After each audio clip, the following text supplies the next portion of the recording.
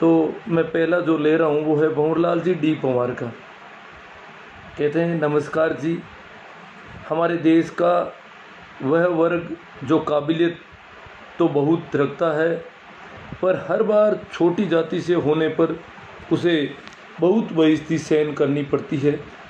मनुष्य मनुष्य में ये भेद कैसे दूर करें, इस बात पर हो तो आपके आभारी रहेंगे। वैसे आपकी हर पोस्ट कुछ अच्छा ज़रूर सिखाती है, धन्यवाद। ये इनका वक्तव्य है। इन्होंने लिखा है कि हमारे देश का वह वर्ग जो काबिलियत तो बहुत रखता है। वैसे इनका इशारा साफ है कि हमारे देश में जाति वर्ग है। वैसे जाति वर्ग दुनिया में कहीं नहीं होते। वर्ग होता है, मजदूर का होता है, किसान का वर्ग होता है, पशुपालक का होता है, डेयरी का दूध बेचने वालों का होता है। अलग अलग तरह के वर्ग होते हैं, समुदाय होते हैं, परंतु जाति वर्ग नहीं है। और वो जो वर्ग होते हैं वो तो उन लोगों के व्यवसाय के आधार पर, उन लोगों की काबिलियत के आधार पर होते हैं।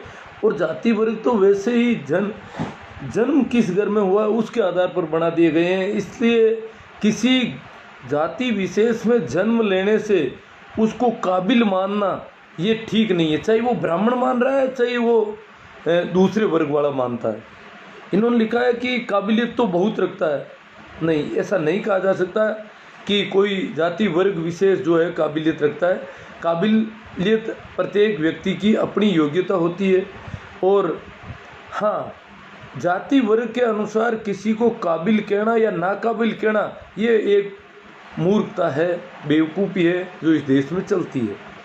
तो इनका कहना इसी पर है, इशारा इसी में है कि एक वर्ग विशेष को जाति की वजह से नाकाबिल माना जाता है, ये ठीक नहीं है। हाँ, ये बात सही है आपकी। और नाकाबिल माना जाता है और जाति के हिसाब से उसको नीचा माना जाता है, उसको पिछड़ा माना जाता है, उसको दलित माना जाता है, आदिवासी माना जाता है। इस वजह से उसको बेइज्जती सहन करनी पड़ती है। बेइज्जती तो क्या सहन, उसको तो मारपीट भी सहन करनी पड़ रही है। बेइज्जती हो तब तक तो कोई थोड़ा एक देखे तो शारीरिक दबाव तो नहीं पड़ा, कम से कम अगर उसकी मन स्थिति अच्छी है तो उसकी बेइज्जती होती नहीं। अगर कोई आदमी बौद्धिक स्तर बहुत ऊंचा होता तो उसकी तो बेइज्जती हो नहीं सकती। परंतु बेइज्जती तब होती है कि जब आदमी महसूस करता है कि मुझे कहने वाले ने गलत कह दिया। कहने वाला भी अपनी वजह से कह रहा है, अगर वो समझने लग जाए तो कहने वाले पर दया भी आ सकती है। देखो बेचारा मुझे जाति के आधार पर ऐसा मान रहा है, ऐसा सोच रहा है, ये इसकी हल्की सोच की वजह से हो रहा है, इसकी कोई गलती नहीं है। ये करुणा का भाव भी आ सकता है अगर हमारी समझ ज़्यादा हो तो। परंतु मारपीट भी होती है और बहुत ज़्यादा दुर्व्यवहार होता है। अभी हाल ही में हमारे पड़ोस में ऐसा सुनने में, अब लॉकडाउन है, कई जगह हत्याएँ हो गई है। अभी लॉकडाउन के बावजूद हत्या तक हो चुकी है और अभी मारपीट भी एक तगड़ी हुई है, होता है ये। और अगर उसमें ये मानते हैं कि भाई उसकी अगर जाति सुपर होती तो वो शायद हमला करते भी नहीं, ऐसा लगता है जब उनको देखते हैं प्रथम दृष्टया। उसकी जाति कोई बहुत ऊंची होती, जाति भी ऊंचा होता तो हमला करने वाला 4 बार सोचता। बहुत कम ऐसे हमले होते हैं जो ऊपर की जाति वालों के ऊपर किए जाते हैं। अब अपन बात करते हैं आगे। इन्होंने कहा, मनुष्य मनुष्य में ये भेद कैसे दूर करें। ये भेद दूर करने के प्रयास तो संत कबीर साहब ने शुरू किए थे। उन्होंने जाति के आधार पर बहुत प्रहार किए। बहुत ज़्यादा समाज सुधारक और बहुत सारे लोग हो गए जो जिनको समझदार कहा जा सके, विद्वान कहा जा सके या बुद्ध पुरुष कहा जा सके। उन लोगों ने प्रयास किए, नहीं हुआ। प्रयास करने वालों से नहीं हुआ। और वैज्ञानिक चीज़ें जो आई है वो ज़रूर इसमें बदलाव कर देती है। जैसे बराबर बैठने के लिए अंग्रेजों ने कानून बना दिया, पर कभी कोई कुर्सी पर या खाट पर बराबर नहीं बैठ पाया। परंतु रेलगाड़ी आई तो उसमें बराबर बैठ गई। आज भी कई दलित कहते हैं कि बोलेरो जो एक बड़ी गाड़ी होती है, अच्छी गाड़ी, गांव के हिसाब से बहुत बड़ी गाड़ी मानी जाती है, उसमें हम साहब की सीट के बराबर बैठ जाते हैं। जाट के या राजपूत के या ब्राह्मण के, उनके बराबर सीट पे बैठ जाते हैं, दलित कहते हैं ऐसा। और पर घर जाते ही हमें वो प्लास्टिक की कुर्सी भी नहीं देते और कहते हैं कि बोरी ला के बैठ जाए, नीचे ज़मीन पे उसको बैठने को कहा जाता है। जबकि वहाँ बराबर की सीट में, वहाँ तो क्या करें, वो बोलेरो के पीछे तो लटका नहीं रहे कि लटकता हुआ आ जाएगा, बिठाना होता है, वहाँ सीट होती है, क्योंकि ये नई चीज़ है।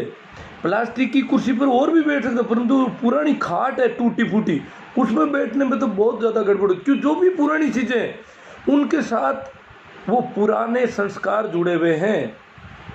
अपन देखते हैं मिट्टी के घड़े में छुआछूत, स्टील के बर्तन में नहीं। पुरानी बर्तनों में छुआछूत, स्टील के जो नई प्लास्टिक की जो भी चीज़ें, पुरानी तारीख तिथियों में गड़बड़ सारी। अपन देखते हैं नई तारीखों के साथ ऐसा कुछ नहीं हो रहा। जो जो चीज़ें नई आ गई वहाँ पर ये भेदभाव कम होता जा रहा है। विज्ञान इसके लिए, विज्ञान ने जो चीज़ें लाई उसमें भेदभाव नहीं होता है। चाहे कहीं से भी उठा के देख लो आप, इसमें अगर चिंतन करोगे तो बहुत सारी ऐसी चीज़ें मिलेगी, यार ये तो नहीं आ गई इसलिए इसमें। क्योंकि पुराने में तो जब मैं छोटा बच्चा था तब मुझे पता है, मैं पूछता था घर पे कि ये, क्योंकि हमारे घर पे मेघवाल और ये लोग हरिजन भी आते थे, सब आते थे, तो मैं पूछता कि पीतल का बर्तन इनको दे सकते हैं, कांसी वाला नहीं दे सकते, क्योंकि वो सब उन्होंने पंडित जी से उनसे पूछ रखा है कि कांसी जो है वो बिल्कुल नहीं दोगे, अगर दोगे तो वापस आपके काम की नहीं रहेगी। पीतल में भी, पीतल में अंदर पॉलिश किया हुआ होता था, वो नहीं देना है बिना पॉलिश का। बिना पॉलिश वाला में तो क्या छाछ राबड़ी खाते तो वो खा ही नहीं पाते, उतने में तो वो खराब हो जाती, पीली पड़ जाती और उसका जायका पूरा बिगड़ जाता। पर क्या करें, क्योंकि पॉलिश किया हुआ तो उनको दे नहीं सकते, कांसी वाला नहीं दे सकते, क्यों, वो सारे उनमें लिखा हुआ है। परंतु जब स्टील आया तब तक पंडितों का आना जाना कम हो गया और किसी ने पूछा ही नहीं, स्टील के बर्तन देने शुरू कर दिए। स्टील अभी नई टेक्निक से आया, बहुत नई से, थोड़े दिनों पहले ही आया, मतलब 20, 22, 25 साल पहले ही आया है, या 30 साल पहले समझ लो। यहाँ पर स्टील नहीं था, बिल्कुल लोहे के बर्तन तक होते थे पर स्टील के नहीं होते थे।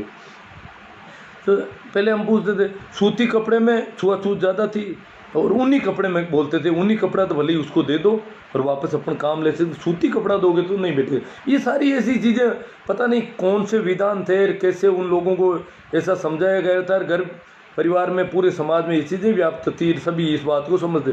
पर जैसे जैसे नई चीज़ आई, पॉलिस्टर के कपड़े आए, ये आए वो आए, उनमें कोई छुआछूत का पता ही नहीं चला, उनका कोई हिसाब किताब ही नहीं रहा। फिर तो बहुत ज़्यादा ऐसी चीज़ें आने लग गई, तो वो हिसाब किताब सारे ख़त्म हो गए। तो जो जो नई चीज़ें उनको अपनाया जाना चाहिए, पुरानी सारी चीज़ें। इसीलिए तो मैं कहता हूँ ये शास्त्र, ये मंदिर, ये जो ये सारी बातें हैं, चलो अपन इस पर और इस पर बात करें तो हम आपके आभारी रहेंगे।